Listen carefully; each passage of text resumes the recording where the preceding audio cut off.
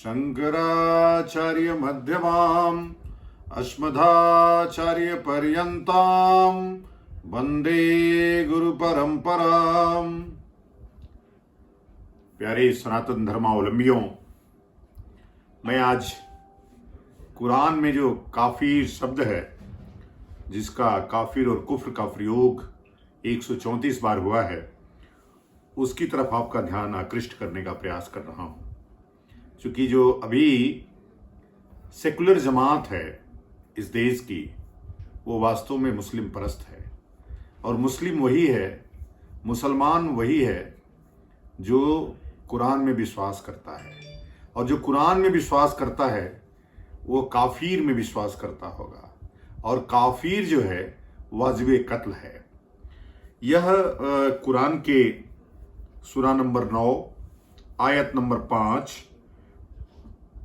2 ख पृष्ठ संख्या 368 कहता है कि फिर जब हराम के महीने बीत जाएं तो मुशरिकों बोलते हैं मूर्ति पूजकों को, जहां कहीं भी पाओ कत्ल करो और पकड़ो और उन्हें घेरो और हर घात की जगह उनकी ताक में बैठ जाओ, मतलब घात लगाओ। फिर यदि वे तौबा कर लें, मतलब अपना धर्म छोड़ दें और नमाज कायम कर लें, जकात देना स्वीकार कर लें, तो उनका मार्ग छोड़ दो, मतलब उनको बकस दो। निसंदेह ऐसा ही अल्लाह है जो कुरान पढ़ने वालों को सिर्फ क्षमा करता है। तो ऐसा अल्लाह ईश्वर के समान कैसे हो सकता है? गांधी जी, मैं आपसे इस धरती से स्वर्ग में बैठे हुए आपको प्रश्न पूछ रहा हूं। आपने ही गीत को गलत करके ईश्वर अल्लाह तेरे नाम कर दिया था। ईश्वर और अल्लाह दोनों एक नहीं है, यह हमें बताने का प्रयास कर रहा हूं। फिर जो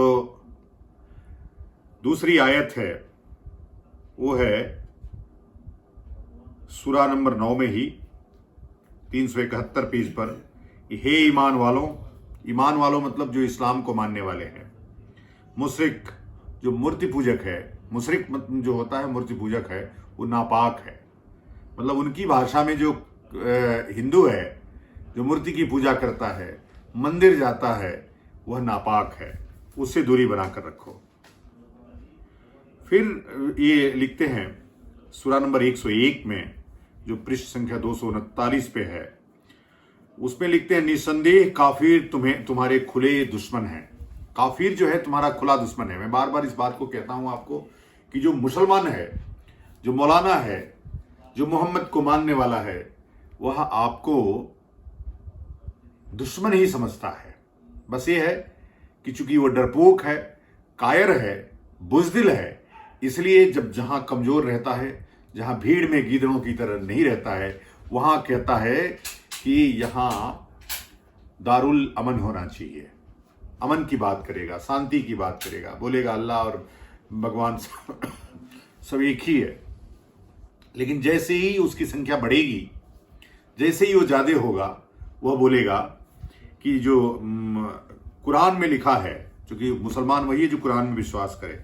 और मैं चैलेंज कर रहा हूं, जिन बातों को मैं कह रहा हूं, तो मैं कह रहा हूं कि गीता में कहीं भी इन मुसलमानों के कत्ल का जिक्र नहीं है, रामायण में मुसलमानों के कत्ल का जिक्र नहीं है, कहीं भी मुसलमानों के कत्ल का जिक्र नहीं है।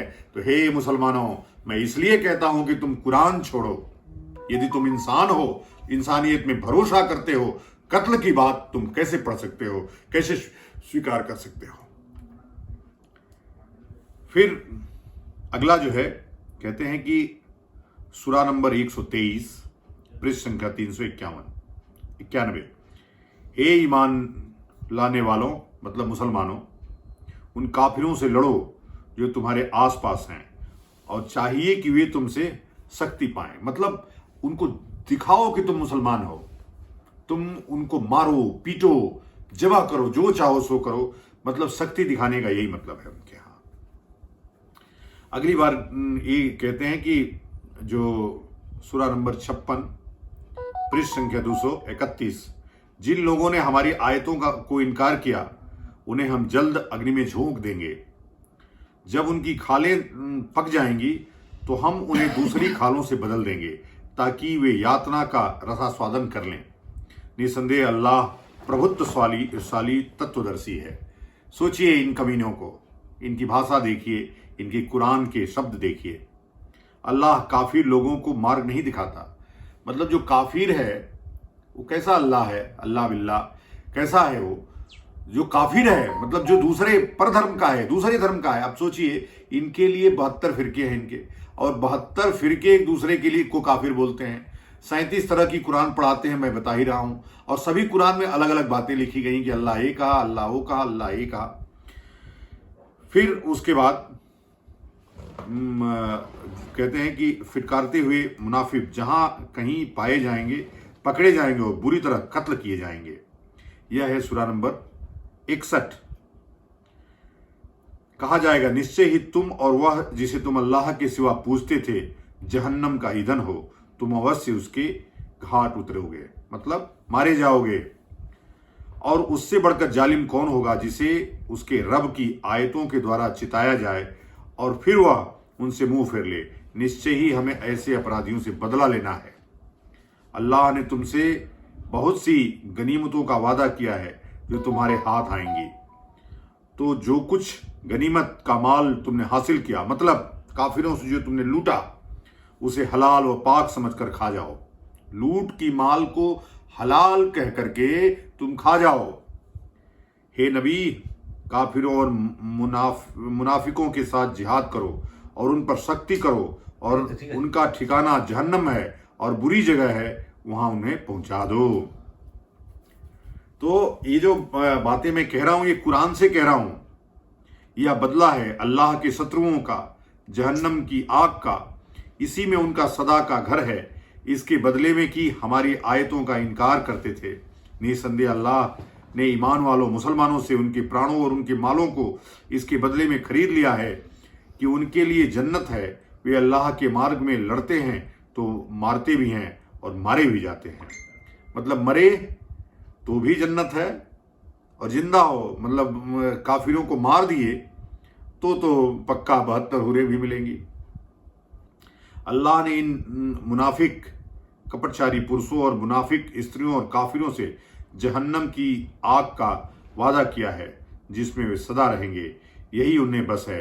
अल्लाह ने उन्हें लानत की और उनके लिए अस्थायी यातना दी है। हे नबी, ईमान वालों, तुम यहूदियों और ईसाइयों को मित्र न बनाओ। ये आपस में एक दूसरे के मित्र हैं, और जो कोई तुम में से उनको मित्र बनाएगा वह उन्हीं में से होगा। निसंदेह अल्लाह जुल्म करने वालों को मार्ग नहीं दिखाता।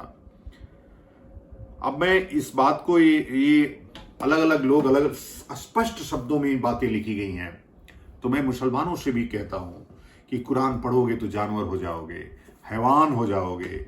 हलाल और हराम के चक्कर में छोड़ करके जो मानवीय दृष्टिकोण है, जो पंचभूतों की उपासना वाला शास्त्र है, जो जिनके लिए प्रकृति ही भगवान है, ऐसे प्रकृति पूजक पंचभूतों की उपासक सनातन वैदिक समाज को अंगीकृत करो, स्वीकार करो, और इस हैवानियत वाले इस्लाम को छोड़ करके, कुरान को छोड़ करके आओ, हम गले लगाने के लिए तैयार हैं। हमने कभी अमानवीय बात नहीं की, हमने कभी किसी को मारने पीटने की बात नहीं की।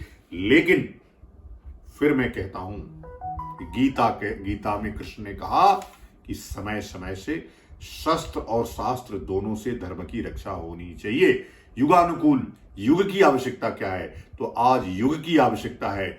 जो बात तुम मेरे लिए कह रहे हो, मैं तुम्हें कह रहा हूं कि तुम अगर ये इन दृष्टिकोण को, इन पढ़ाइयों से दूर होकर के, जहां से तुम्हारी उत्पत्ति हुई है सनातन वैदिक धर्म से, वहां आओ, हम तुम्हारा एहतराम करेंगे, खैर मकदम करेंगे, स्वागत करेंगे, अभिनंदन करेंगे और तुम्हें अपने परिवार में सम्मिलित करेंगे। तुम मुझे मारने की बात करते हो, मैं तुम्हें गले लगाने की बात करता हूं। ये फर्क है सनातन वैदिक धर्म में, हिंदू धर्म में और तुम्हारे इस्लाम में। तो मित्रों, मैं विशेष रूप से ये जो बातें कहा हूं, मैं उन सनातन वैदिक धर्मावलंबियों को, जो आज भी सो रहे हैं, उनको युद्ध समझ में नहीं आ रहा है, मैं उनके लिए कह रहा हूं। मैं उन मुसलमानों को भी कह रहा हूं जो ये जान करके कि इस्लाम हैवान का धर्म है, फिर भी उसमें हैं। मैं उन्हें अपनी तरफ बुला रहा हूं, उनकी ज्ञान चक्षु को खोलने का प्रयास कर रहा हूं। आप सब मेरी बातों को सुने हैं, आप सबका बहुत बहुत अभिनंदन। भारत हिंदू राष्ट्र बने, इसके लिए शंकराचार्य परिषद लगातार यह प्रयास कर रहा है कि जो धर्म की संस्थापना है वह तर्क से, शास्त्रार्थ से होनी चाहिए। कुरान पे और वैदिक वांग्मय पे, पूरे वेद पे, शास्त्र पे, गीता पे, उपनिषद पे, अरण्यक पे, ब्राह्मण पर यह तर्क होना चाहिए। तो कुरान पे भी तर्क होना चाहिए। इसलिए कुरान पढ़ने वाला व्यक्ति अमानवीय जानवर होकर के दुनिया में आतंक फैला रहा है। इसलिए कुरान पूरी दुनिया से समाप्त होनी चाहिए। आप उसमें सम्मिलित होइए। भारत को हिंदू राष्ट्र बना करके इस पूरी मानवता की शुरुआत भारत से करिए। भारत पहला, चूंकि आखिरी हिंदू राष्ट्र नेपाल था, पहला फिर से उसकी हिंदू राष्ट्र की पुनर्स्थापना के लिए भारत हिंदू राष्ट्र बने। और उसके बाद फिर आप देखिएगा, संस्कृति हमारी इतनी प्रभावशाली है कि पूरी दुनिया लाइन लगा देगी हिंदू राष्ट्र बनाने के लिए। जय हिंदू राष्ट्र, जय मां काली।